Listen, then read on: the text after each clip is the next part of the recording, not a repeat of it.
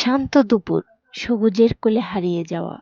আজকের দিনটি ছিল শুধু হাসির, ভালোবাসার আর একটু নির্ভেজাল সময়।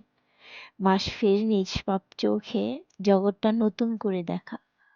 মায়ের স্নেহের চারপাশটা উষ্ণ হয়ে ওঠা। নরম ঘাসের উপর রঙিন শাড়ির মায়া ছড়িয়ে প্রাকৃতির বুকে হারিয়ে গেলাম আপন ছায়ায়।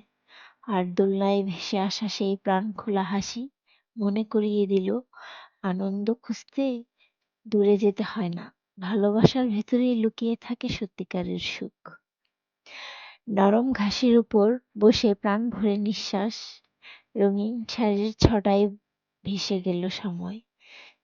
মাসফির নিষ্পাপ হাসি আর মায়া মমতায় গড়ে উঠল মধুর মুহূর্ত। একটু দোলনায় দোল খেয়ে প্রাণ খুলে হাসলাম।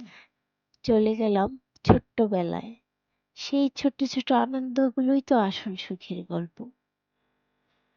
এক টুকরো ছায়া ঘেরা সবুজ ঘাস, একটু সে সবুজ ঘাস, একটু শিশির ভেজা নরম ঘাস, এক চিলতে হাসির ঢেউ আর অফুরন্ত ভালোবাসা।